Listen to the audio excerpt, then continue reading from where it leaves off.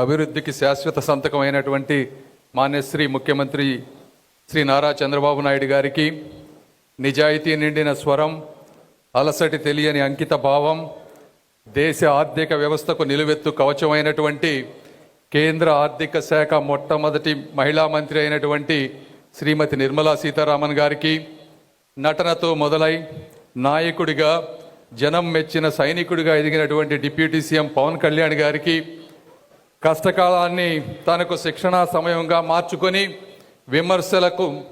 విమర్శకులకు తన మెజారిటీతో సమాధానం ఇచ్చినటువంటి యువ నాయకులు శ్రీ నారా లోకేష్ గారికి, వేదికను అలంకరించినటువంటి ప్రియతమ మంత్రివర్యులకు, సహచర నాయకులకు, కార్యకర్తలకు, అమరావతి ప్రాంత ప్రజలకు, మీడియా మిత్రులకు, అదేవిధంగా దేశం నలుమూలల నుంచి విచ్చేసినటువంటి ఆర్థిక నిపుణులకు అందరికీ కూడా మనస్ఫూర్తిగా ధన్యవాదాలు తెలుపుతా ఉన్నాను.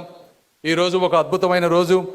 ఆంధ్రప్రదేశ్ కోసం, అమరావతి కోసం, ప్రతి తెలుగు మనసు కలలుగన్న అభివృద్ధి కోసం జరుగుతున్నటువంటి ఈ ప్రారంభోత్సవం ఒక మహత్తర ఘట్టం. మన రాష్ట్ర అభివృద్ధికి బలమైన అడుగులుగా ఈ 15 కేంద్ర సంస్థలకు శంకుస్థాపన జరిగింది.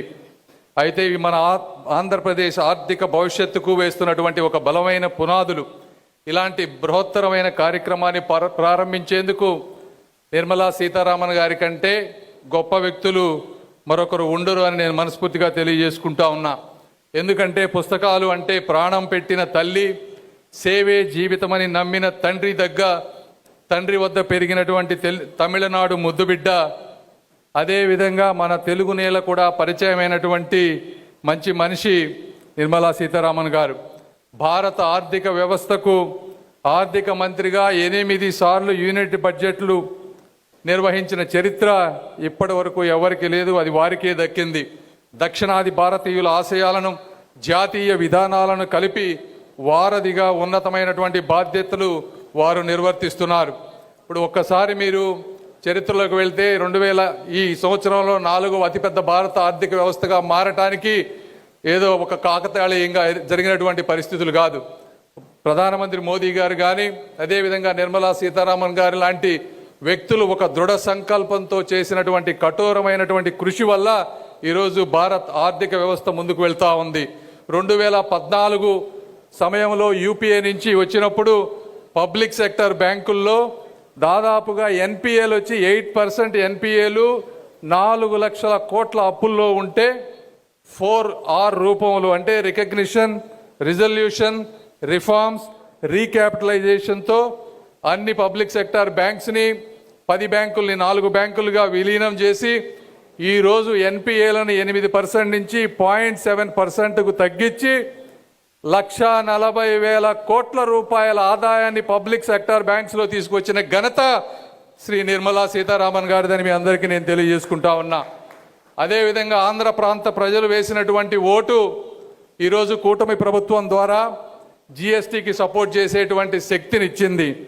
జిఎస్టీ ద్వారా ప్రతి వ్యక్తికి ఈ రోజున ప్రతి పేద కుటుంబానికి దాదాపుగా 1,200 నుంచి 1,500 నెలకి, అంటే సంవత్సరానికి 20,000 రూపాయలు, 2 వీలర్ కొనుక్కునే వాళ్ళకి 10,000 రూపాయలు, కారు కొనుక్కునే వాళ్ళకి 80,000 రూపాయలు, ఇళ్లు కట్టుకునే వాళ్ళకి 2 నుంచి 5 లక్షల రూపాయలు, అదేవిధంగా హెల్త్ ఇన్సూరెన్స్కి 0% జిఎస్టీ ట్యాక్స్ చేసి దేశం అంతా కూడా పేదవాడి మనసు గోచుకున్నటువంటి వ్యక్తి శ్రీ నిర్మలా సీతారామన్ గారని నేను మరొకసారి తెలియజేసుకుంటా ఉన్నాను.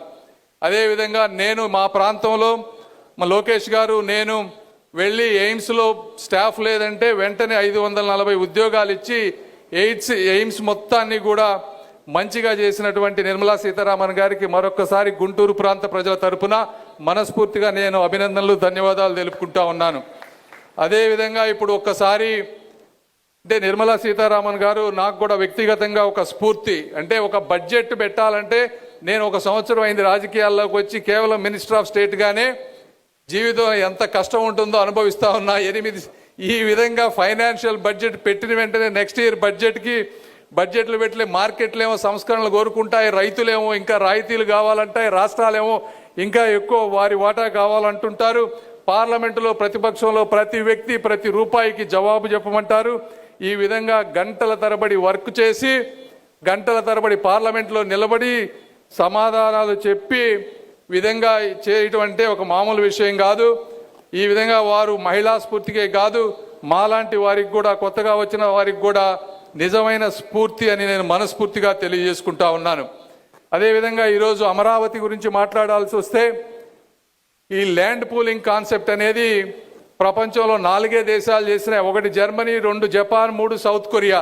ఇవి కూడా మ్యాక్సిమం చేసిన ల్యాండ్ పూలింగ్ 2000 ఎకరాల లోపు. రెండోది ల్యాండ్ పూలింగ్ చేసినప్పుడు ఆ ప్రాంతంలో ఉన్న వ్యక్తులందరినీ కూడా డిస్ప్లేస్ చేసి వేరే ప్రాంతానికి తీసుకువెళ్ళి ల్యాండ్ పూలింగ్ చేశారు. ప్రపంచ చరిత్రలో 34,000 ఎకరాలు ఉన్న గ్రామాల్లో ఒక్క వ్యక్తిని కూడా డిస్ప్లే చేయకుండా ఫాస్టెస్ట్గా 60 రోజుల లోపు ల్యాండ్ పూలింగ్ చేసి దేశానికే కాదు ప్రపంచానికి ఆదర్శంగా నిలిచారు. అంటే దానికి కారణం మా గౌరవ ముఖ్యమంత్రి నారా చంద్రబాబు నాయుడు గారికి ఉండే బ్రాండ్, నమ్మకం, అదేవిధంగా మా అమరావతి ప్రాంత ప్రజల మంచితనం, త్యాగం అని మీ అందరికీ నేను తెలియజేసుకుంటా ఉన్నా. ఇచ్చిన ప్రతి ఎకరాలో 98% ఈ రోజున ప్లాట్లన్నీ చేసి వాళ్ళందరికీ ఇచ్చారు.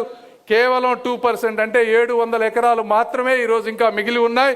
ఇవి కూడా వచ్చే 3-4 నెలల్లో ఇచ్చి ఈ ప్రాంతంలో ఉన్నటువంటి అన్ని సమస్యలు, అసైన్ ల్యాండ్స్, లంక భూములు, జరీబ్ భూములు, గ్రామ కంటాలు, టీడీఆర్ బాండ్లు, ఏ అయితే సమస్యలు ఉన్నాయో ప్రతి సమస్యని ఒక్కొక్క ఐటెంగా తీసుకొని వచ్చే 2-3 నెలల్లో పూర్తి చేసి ఈ ప్రాంతాన్ని, అమరావతి అంటే కృష్ణానది ఒడ్డున 3000 సంవత్సరాల నాగరికతకు నిలయంగా నిలిచినటువంటి స్థలం ఈ అమరావతి. శాతవాహనుల సామ్రాజ్యము సాక్షి అమరావతి. బౌద్ధ స్తూపాలతో బాసిల్లినటువంటి భూమి అమరావతి. ఇక్కడి శిల్పాలు, శాసనాలు, స్తూపాలు శాంతి, జ్ఞానం, ఆనందం అనే భారతీయ సందేశాన్ని యుగాల పాటు మోసుకొచ్చినటువంటి భూమి ఈ అమరావతి. ఇలాంటి అమరావతిని భారతదేశంలోని అత్యంత ఆధునిక ప్రణాళికబద్ధమైన రాజధానిగా అవతరించే విధంగా ఒక మహా సంకల్పానికి ఇది చిహ్నంగా ఉండబోతా ఉంది.